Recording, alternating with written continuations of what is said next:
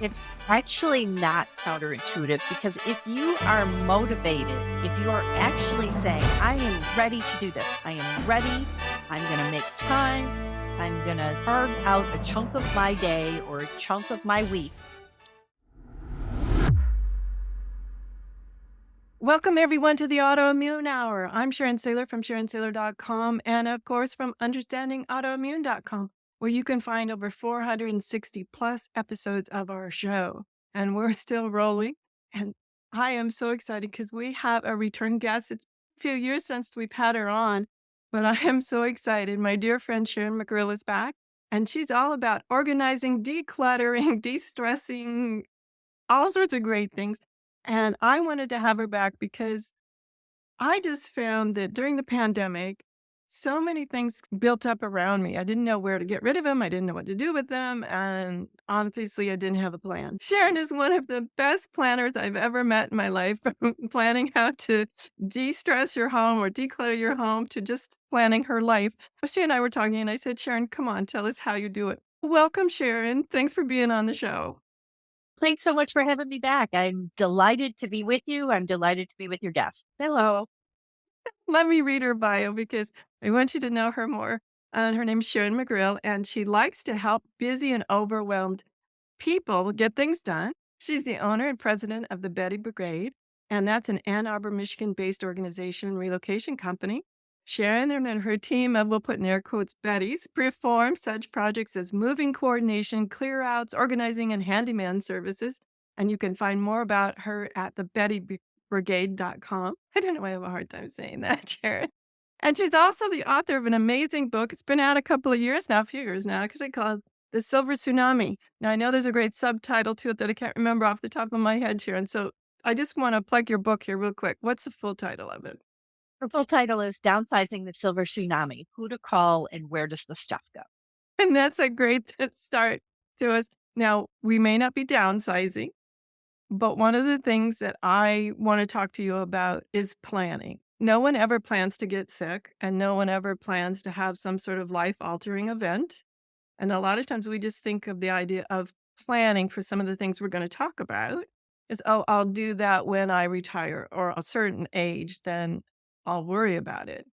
But I'll tell you, when I got my diagnosis in 2014, my life flipped upside down instantaneously. I hadn't been feeling well, but the actual event took place in a matter of about 48 hours. So that really got me thinking and working with Sharon on planning. So, Sharon, what are some of the things that you've learned in helping so many people get organized and slash plan?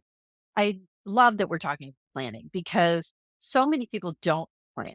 They really don't. And you hear planning mostly talked about around saving money, but also planning and letting go of stuff as you age or as you are deciding to change locations is a big part of just making sure that things go smoothly. And during the pandemic, I'm glad you brought this up. There were so many people who said, you know what, I'm going to organize. I've got all this time now. I'm going to organize. What did people actually do? They ordered stuff on Amazon and they binge watched television. That is what they actually did. And they did a lot of day drinking. Uh, so that's what actually happened. Very few people did organizing. So what we saw is that as we came out of the pandemic, a lot of people were like, oh my gosh, I need to get rid of stuff. And so many donation services, consignment dealers, antique dealers actually went out of business during the pandemic. Many of them did, or they changed their policies such that they stopped taking certain things. There was a donation service that we work with regularly that stopped taking anything with fabric because they were saying that the virus was being held in the fabric of couches and chairs and things like that, which I suppose it could happen, but that's not how the virus is spread. Like, I suppose if somebody drooled on a couch, that could happen. But I felt that was a ridiculous thing to say, getting back to planning. So the thing that we see most often in our business is people are making decisions under duress, that something drastic happens, some life altering event. whether it's an illness, whether it's a death, whether it's something else that happens, and they're having to make these decisions very quickly. And so when you have to make decisions quickly, it often costs more money because you don't have the luxury of time. You're just saying, okay, what are my options? My options are this or this. And when you can back that out, you might have six options instead of two. So being able to plan, being able to take your time, being able to really be more thoughtful about your stuff and your lifetime of collection really is a thing. So can you plan for letting things go or gifting it to someone you love or displaying it because it's been sitting on the floor for years? For me, the idea of planning some of these things are it takes the emotion out of it. I've had the opportunity to either put in air quotes mourn the idea that I'm gifting my collection somewhere, or it takes a lot of the emotional need to do it really fast and removes the emotion from it, which is helpful too. So I'm not really going then. I had to make the decision within a matter of hours, and I did. And then 2 years later, you're like, oh gosh darn. I really miss that, or I wish I had done that. And so to me, this kind of planning really helps. Although it's easy to put it at the bottom of the priority list. As you said, what people said during the pandemic they would do and what they really did. Planning is one of those things that intellectually, I think we all know, yes, it's valuable. And yet it's easy to go, okay, I'll do that after. And then after never comes. So, what are some tips? Do you have checklists or things like that? Because I don't even know where I would start when I'm looking around my house. So the places that stuff collects most often are the areas that where we store things. So closets, basements, attics, garages. Those are the places where stuff starts to stack up because it's out of our daily use.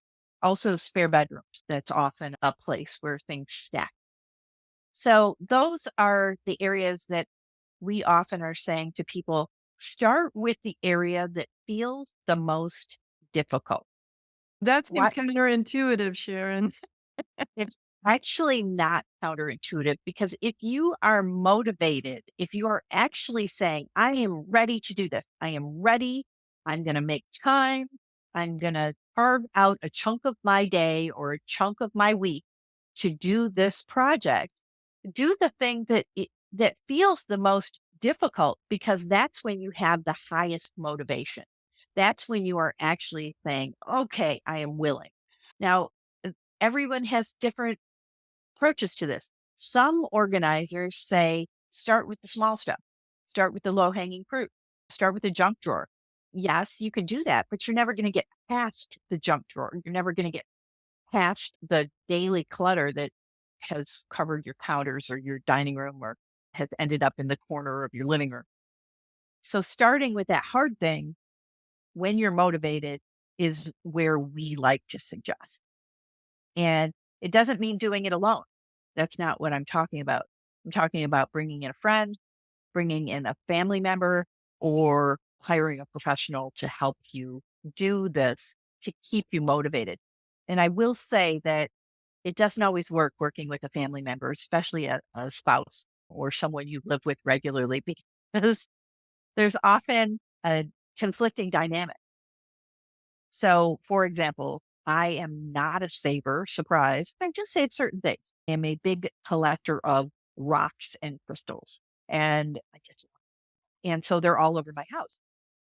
And they're even behind I can see them behind me. But the thing is that my husband collects tons of stuff. Like he collects things and he's the someday guy. And we all know a someday person where they say, I might need this someday. Whether it's a loose screw or the 2 extra screws when you were putting together a project. I had a family member since passed, but I had a family member growing up who had saved coffee cans, and the coffee cans were full of all sorts of things. It was amazing to us, but it was a someday mentality.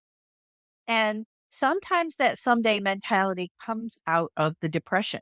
And so the Great Depression that we went through in 1929, many people, because they were in such lack and such scarcity, that they started saving things. They started saving rubber bands because rubber was hard to find. They started saving aluminum foil because tin became hard to find. And it used to be called tin foil back then. And often when we go into homes where people have lived for 40, 50, 60 years, and we do go in those homes, so those are folks that have been through the depression, and you will see their houses. Their houses are so full of stuff that they might need someday, that the stuff actually starts to deteriorate after a while. So, like, for example, rubber bands do have a shelf life. And if you hold on to your rubber bands, they start breaking, they dry out, they snap.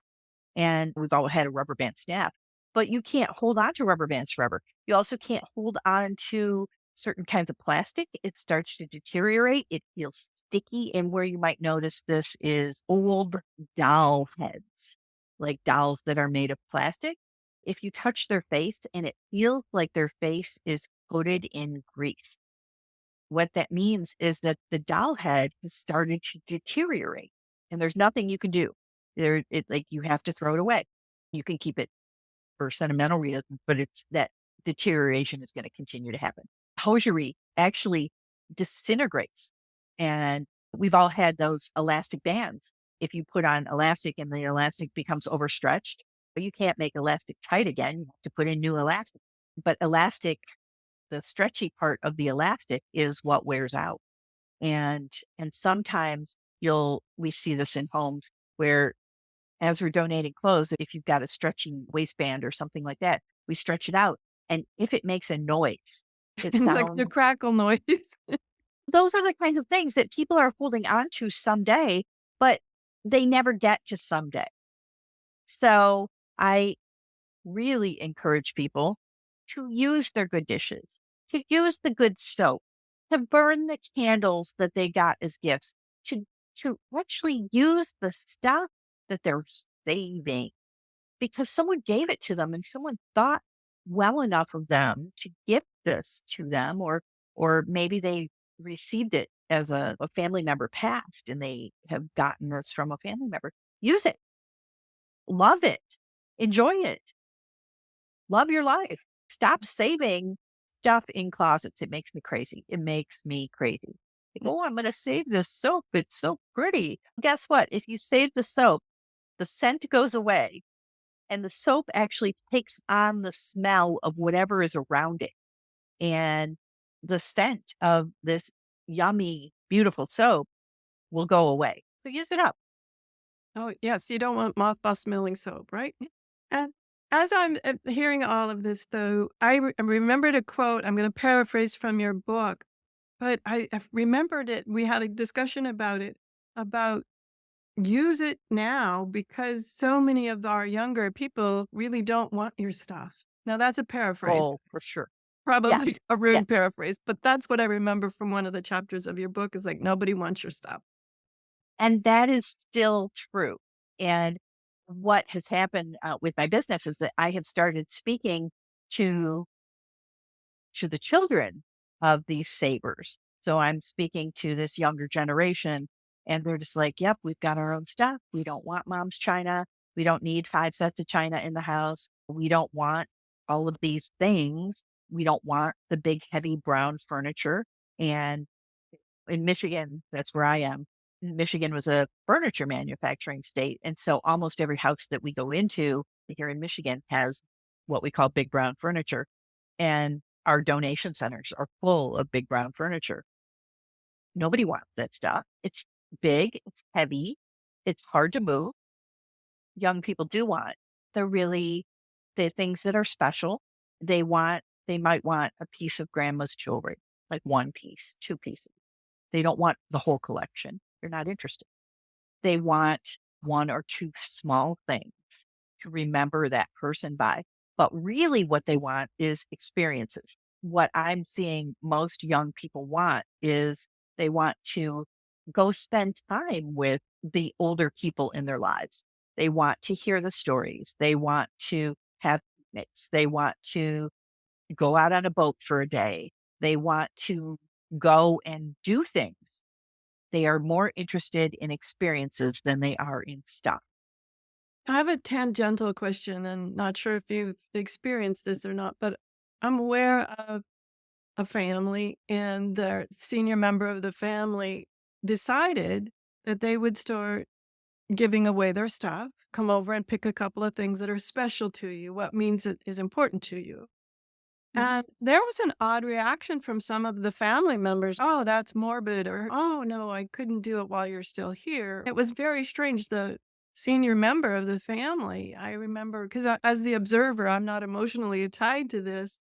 I'm thinking that's quite practical, actually. She doesn't want the stuff. And it was interesting to play out the dynamics of my friend and what I saw in the family of their emotional reactions to what seemed like a really good plan. I think it's an excellent plan. And sometimes you're right. People are like, I don't want to disassemble your house. That's morbid, you're planning to die. Senior person was quite Well, senior. and guess what? Every person is going to die. Every person. We're all going to die. Not now, not now. But point is, where is your stuff going to go? And like, for example, my house is full of mid-century modern furniture. Mid-century modern is very collectible. But when I die, if I die in 30 years, knock wood, then I don't know if this kind of furniture will still be popular. It might no longer be popular. It might be like big brown furniture, or it might be wildly popular. Who knows? So I can make contingency plans for that. But I want to get back to what you said about your friend planning and saying, please take things. If the family or the friends feel like that's a little bit morbid, what that person can do is make a list. They can just create a list. I would like so and so to have my green dishes. I would like so and so to have my wedding dress. I would like so and so to have. So there can be a list, and that can just be attached to a will or a trust, or even simpler, put post-it notes on stuff. On the bottom, you can put post-it notes on the bottom of different pieces of pottery or on the backs of pictures. And that's okay too. We had one clear out that we did that was really interesting. This lady, she was a porter, and she went to garage sales and bought like what she deemed as valuable. But the things that she bought had chips in them and cracks in them. And so she would say, this is a really valuable, let's just say, hull. Hull is a kind of pottery that's very collectible. She'd say, this is very valuable hull base. But it would have a big break in it. Condition is everything when you are a collector. And so when it has cracks and chips, it's not nearly as valuable. And she put these little notes inside everything. So there were notes inside teacups, there were notes inside pockets of clothing. And she wrote all these notes to her children. And they were just like, we are not clearing this house. This is just too much. We can't deal with it. We have it emotionally, it was too much for them. It just wasn't a very strategic or implementable plan. It was. And that's something else to think about when you don't plan or when your plan is not strategic. I mean, that's a great way to put it. The people who are going to eventually be clearing your house, if it's your family or your friends, they don't necessarily know what you want done with that stuff. And so by writing out, I would like all of my books to go to this library. I would like my artwork to go to this children's center or whatever.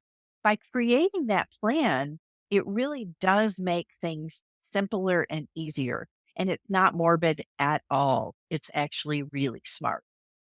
I had a friend, a senior friend that they've since passed, and when clearing out the house, they had not designated that goes to so and so. But one interesting thing that we did find is on the bottom of things, it would say your great grandpa Sam. made this with his own hands kind of thing. And that was interesting because some of the pieces the family members said, we didn't realize that was something more than just a lamp or just a pottery, a bowl. It was nice that there was some history added to the bottom with she'd actually done it with masking tape. I think in hindsight, I'm thinking out loud here, there's probably pre-post-it note time, but it was really a nice touch, I thought, to add that some meaning to some of the pieces that were very meaningful to her, why they were still in her collection. That's super smart. The other really smart thing to do while you're still alive is if you have actual printed photographs. Something that happens that we see all the time is that younger people don't know who the people are in the photos. They have no idea. And so by putting names and dates, like this is my Aunt Ruth or my cousin Sue and Ohio Farm 1952, like putting just very simple, like it doesn't have to take a long time. By going through things and putting that information on the back, it then puts people in context, just like putting a piece of masking tape on the bottom and saying great grandfather so and so made this. It why are you saving this thing that is broken down? It's because it has a family history. And there's always somebody in everyone's family that is that historian, somebody who likes to collect. They like to collect the photographs. They like to collect the important historical documentation for the family. It's really interesting when you mentioned about the photos. I was thinking this happened in my family that you've got mergers like marriages and things like that. And it became interesting where as people were going through the photos, they couldn't even remember which side of the family. Is this your Uncle Joe or my Uncle Jim? So I love your idea of labeling photos and pictures and things like that. And And I see and that Eartha Kitt has joined us here. yes, this is Eartha Kitten, and yeah, she loves to be on camera. And almost every conversation that I have virtually, she pops her little furry face in here to say hello. Hello, Eartha. It's good to see you again. She's already on to the next. Sorry. Let's get a good break for us because we're just about out of time for our commercial break. So we'll take a quick commercial break and we'll be right back with Sharon McGrill on more about planning and decluttering and all sorts of things that we can do to make our life less stressful and easier. So we'll be right back. Welcome back, everyone, from that quick commercial break. I'm here with Sharon McRill, and she is a founder and CEO of the Betty Brigade. They're in Ann Arbor, Michigan, organization and relocation company. And we've been talking about it's a tough topic planning, pre planning, organizing, and yeah, maybe even what do we want to do with the final disposition of things. I don't know why I can't talk today, Sharon. So, Sharon, we've been talking about planning and photos and labeling and organizing. And I want to get back to organizing because I feel like we talked about start with the big things. And I mentioned that seemed a little counterintuitive to me. Obviously, it has a visceral reaction in me. It's like, oh my gosh, that seems like too much. And your recommendation was that's when you've got the energy. So tackle it. Mm. Get help. Don't try and tackle it on your own. If it feels overwhelming to you, it will be. That energy, trust that energy. But you can also say to I started to talk about if your significant other, your spouse, is the opposite of you, then it's a challenge. However, going back to that, like saying, okay, I need you to do this box because this is your stuff. And I don't want to make decisions about your stuff. And these three boxes over here are my stuff. And I will go through my boxes and you go through your one box. And by creating that little bit of momentum, it really does help. And I think enlisting friends help. I have a couple of friends, and when we were moving her, she was able to tell us the stories about him, and then that somehow dissipated some of the memories about it or whatever. And I think she made was able to declutter more than if she had just been sitting there and getting involved in the story of each item she was considering. But having some close friends by who I liked the hearing her stories. Some of them I actually knew. I didn't completely remember them, but I actually, like when she brought it up, "Oh, yeah, I remember that time we did XYZ. I didn't know that's when this was from." And so enlisting friends was really helpful. Although I could see, if, depending on your friends, maybe you got a friend who's an absolute throw it all out. Right? And you're a keep it all kind of person.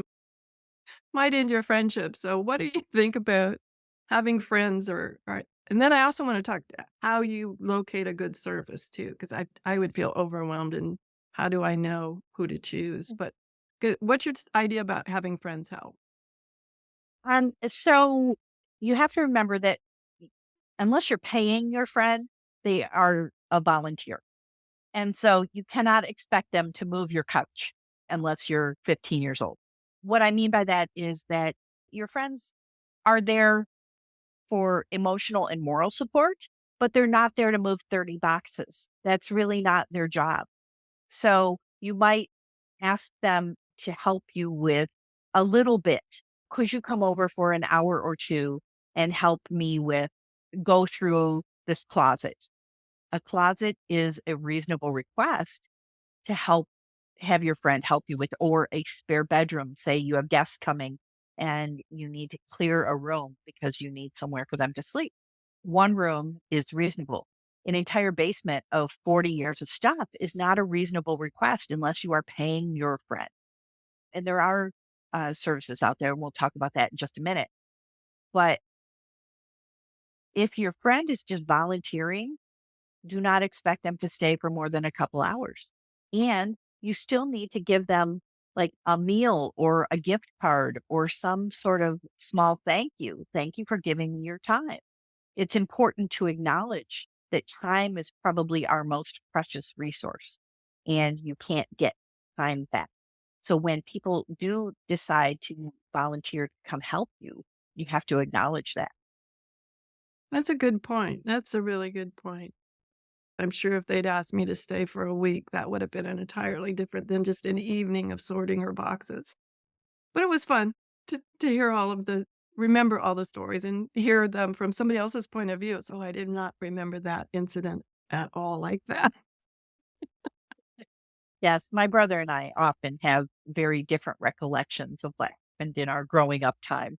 If you have friends or family helping, really limit that amount of time, maximum 2 hours or half a day. Like really just limit it to, okay, we're gonna work from 9 until noon and then we're gonna have some lunch and then you're free to do whatever you want. And by doing that, you A, are respecting the other person's time, and B, recognizing that they are not there to be your savior. They are there to help you for a limited period of now. When you are hiring somebody, it's a whole different story because you can expect them to be there for 8 hours and you may not have the stamina to stay with them for 8 hours, but a professional organizer or a professional home clearing company knows how to work even when you're not there. How do you know a good one though? I don't even know where to start to when you said home clearing company, that was a new term to me. I didn't know that was a thing. I know what you do, but didn't know that would be like what I'd search on the internet for. So how do we know a good one versus maybe a someone that I don't want in my home? Sure. I think it's important to narrow down what it is that you want. So if you just want your stuff gone and you aren't interested in, you don't care about making money off it, you don't care about like, you just, maybe it wasn't your stuff. Maybe you have inherited a house full of somebody else's stuff and you are not at all interested in that. You're like, I've got my own stuff.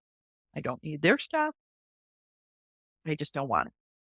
If that's the case, then you can identify categories and say, I am looking for family photos and personal memorabilia. I am looking for military uniforms or I am looking for jewelry. And you can make categories of things. So I'm going to get back to how do you choose that company in just a minute. Before you hire anybody, you need to identify what is most important to you. Let's just create an example of you have inherited house of somebody else's stuff. And they were your good friend, and we've had this happen.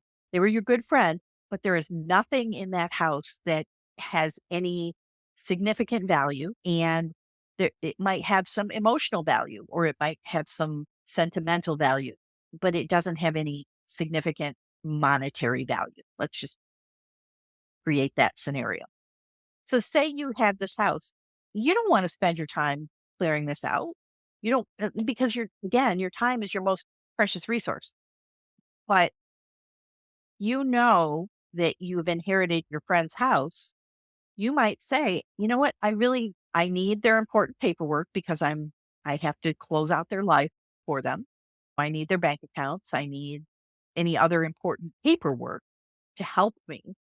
And I also am interested in the family photos.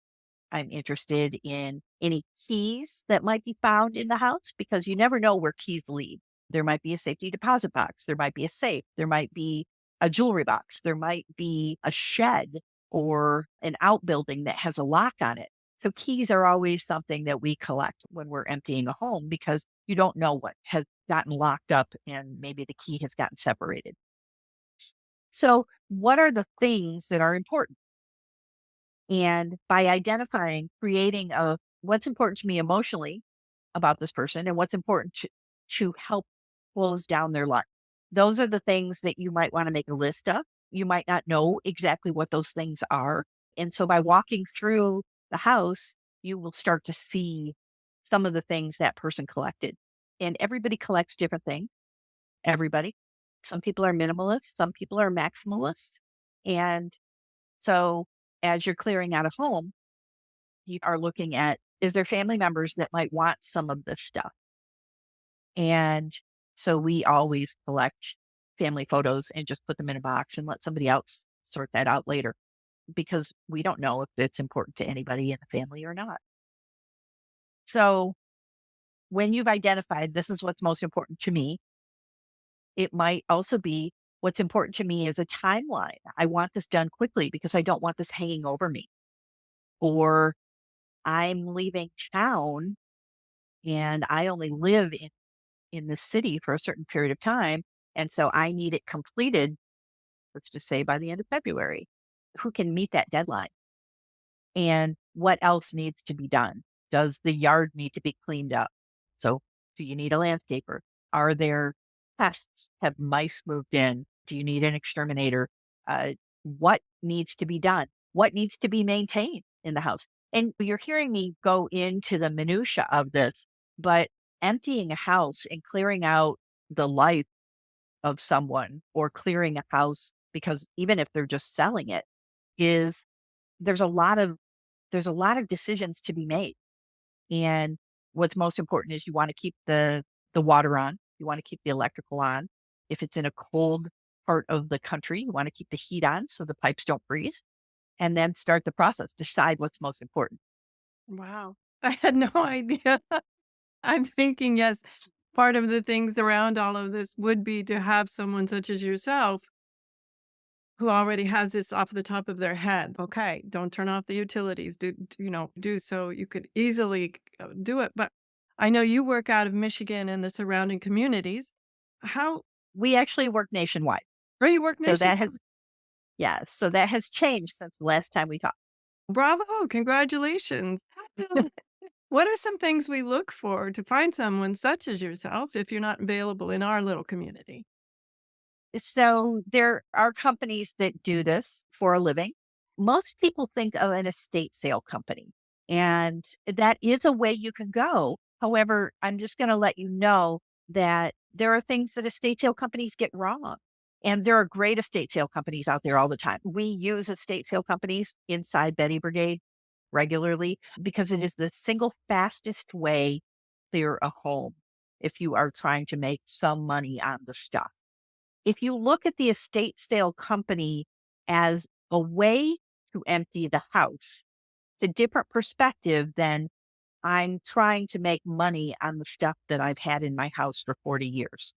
Okay. So one of them sounds as if I'm doing it in the past tense. So someone has left this either into a facility or into the great beyond.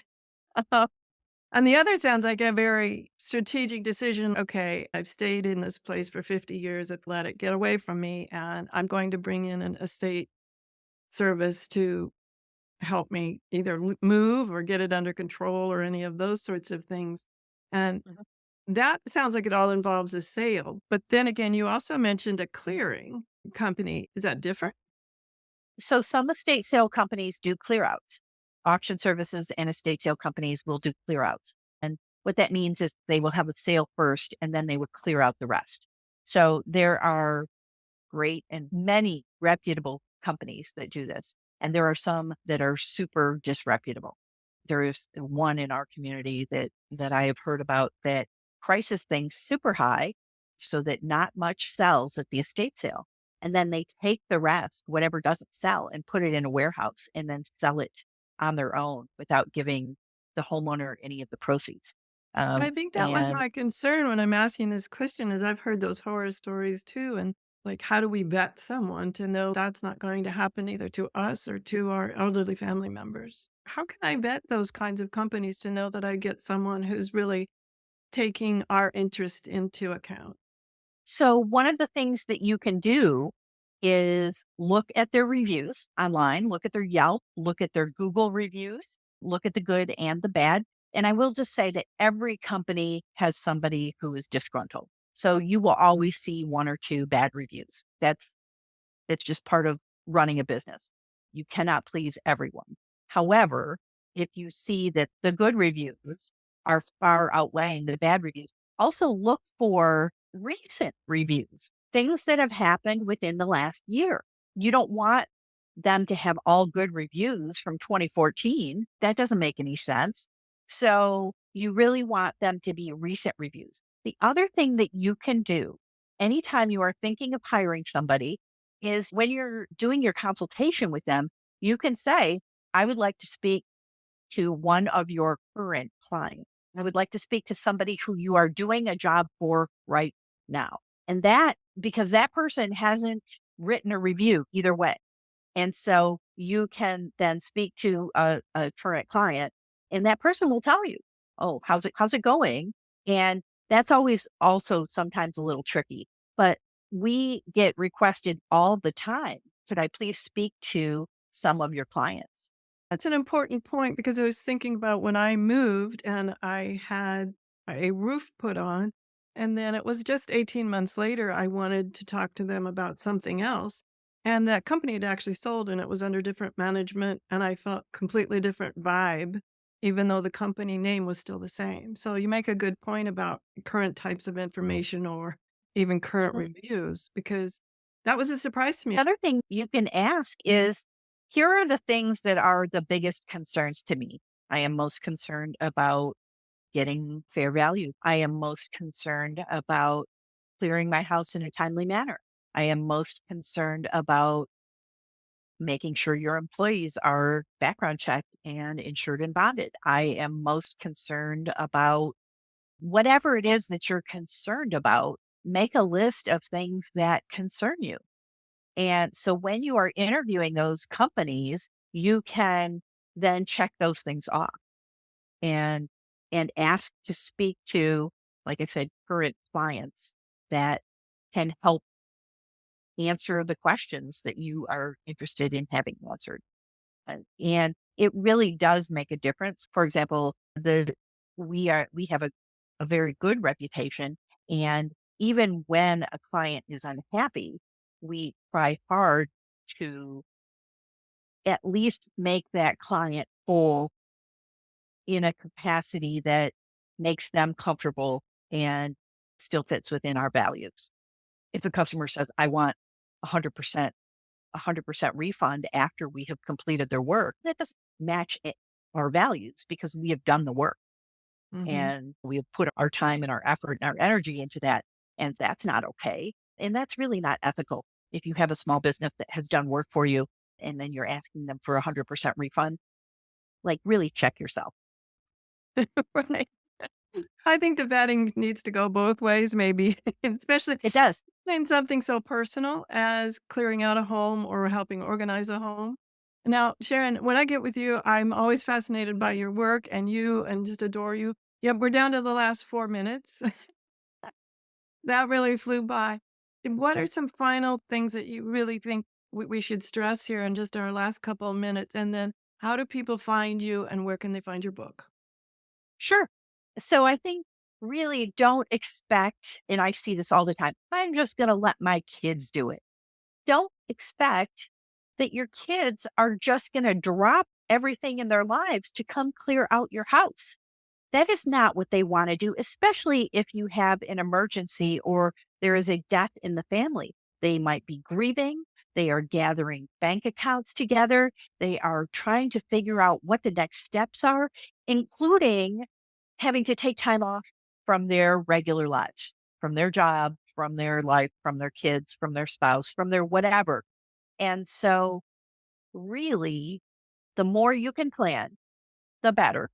We even have an estate planning company. This is an attorney who writes into his wills and trusts. He lets people set aside a chunk of money, and he usually suggests around $10,000.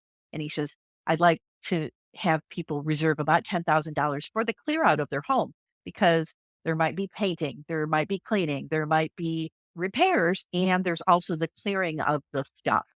Having that built in, and the family goes, oh, wow, that's actually really cool. We don't have to argue about that money. And it's somebody else is going to take care of it. That's a great idea. I didn't ask this attorney to do this. He just started doing it. In the trust, he writes Betty Brigade or a company like them. And I love that he names our company. It's a nice way to take an argument off the table. It is. And if the family wants to do it themselves, then we work alongside them so that they have that momentum and it keeps going, it keeps happening. Don't expect your family to just do it. Have a trust or a plan or some sort of written documentation saying how you want things to go when this happens, whether or you're just moving or whether you have a catastrophic event in your life, there needs to be a plan. And then what do you do if you don't have a plan? You call people who know what they're doing. Call people who know how to make these plans happen. And yes, there are estate sale companies out there, but move managers and clear out companies know how to do this in the most efficient way. We don't take a percentage from any vendor that we work with. So say we bring in a painting company and they charge $10,000 to repaint the inside of a house that hasn't been painted in 20 years. We're not going to get a cut of their job. We're just bringing in a great painting company. So know who you're working, know what their reputation is, and know what is their work ethic. That is an important piece of this. Because sometimes people are shady. They just are. And then how do people find us? The easiest way is through bettybrigade.com. That's our website.